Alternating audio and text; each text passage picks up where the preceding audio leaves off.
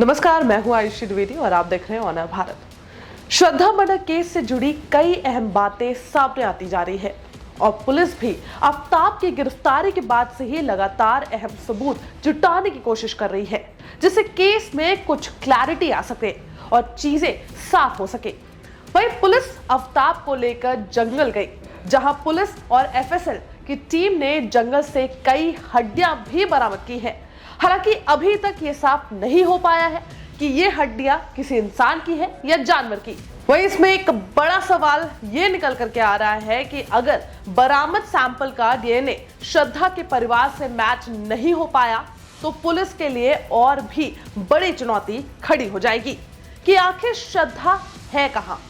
इसके साथ पुलिस जांच में यह भी पता लगाने की कोशिश कर रही है कि क्या इस हत्या में आफताब अकेले था या उसके साथ कोई और भी शामिल था।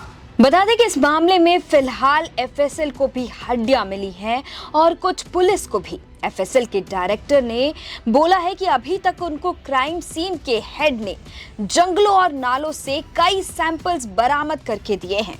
वहीं ये बताया जा रहा है कि ये सैंपल्स पुलिस के माध्यम से ही एफएसएल के पास आएंगे, जिसके बाद फिर उन सैंपल्स को श्रद्धा के परिवार वालों से डीएनए मैच करवाया जाएगा, जिसमें करीब 1 से 2 हफ्ते का समय लग सकता है।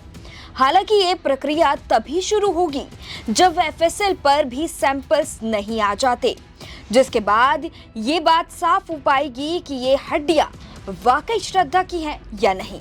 वहीं अब इस मामले में एक बड़ा सवाल ये बनता जा रहा है कि क्या वाकई आफताब द्वारा बताई गई सारी कहानी सच है? क्या वाकई श्रद्धा की मौत हो चुकी है या फिर इसके पीछे कुछ और कहानी छुपी है? क्योंकि मिली जानकारी के हिसाब से ना ही अभी तक श्रद्धा को मारने में जो आफताब द्वारा आरी इस्तेमाल की गई थी वो मिली है, ना ही उसका मोबाइल फोन या कपड़ा या कोई भी ऐसी चीज बरामद हुई है जिससे ये पता लगाया जा सके कि श्रद्धा वाकई मर चुकी है। अब अगर ऐसे में जो पुलिस द्वारा सैंपल्स बरामद किए गए हैं वो भी मैच नहीं होते तो पुलिस के लिए इस बात का पता लगाना कि श्रद्धा कहां है ये बेहद चुनौतीपूर्ण होगा।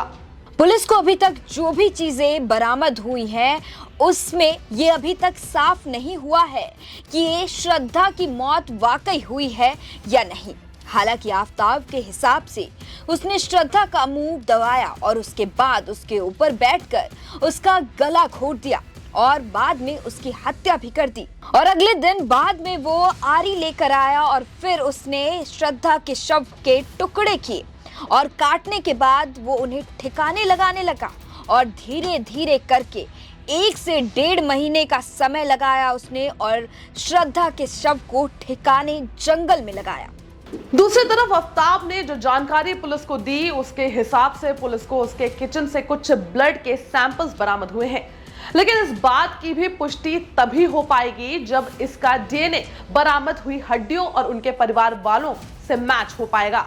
वहीं पुलिस ये अंदाजा लगा रही है कि हो सकता है कि आफताब ने शव को काटने के बाद कुछ टुकड़े किचन पर भी रखे थे, जिसके बाद उसने सभी टुकड़ों को फ्रीजर में पैक करके रख दिया था। हालांकि इस बात का सच डीएनए रिपोर्ट आने के बाद ही साबित हो पाएगा कि आफताब की बातों में कितनी सच्चाई है और श्रद्धा वाकई इस दुनिया में है या नहीं।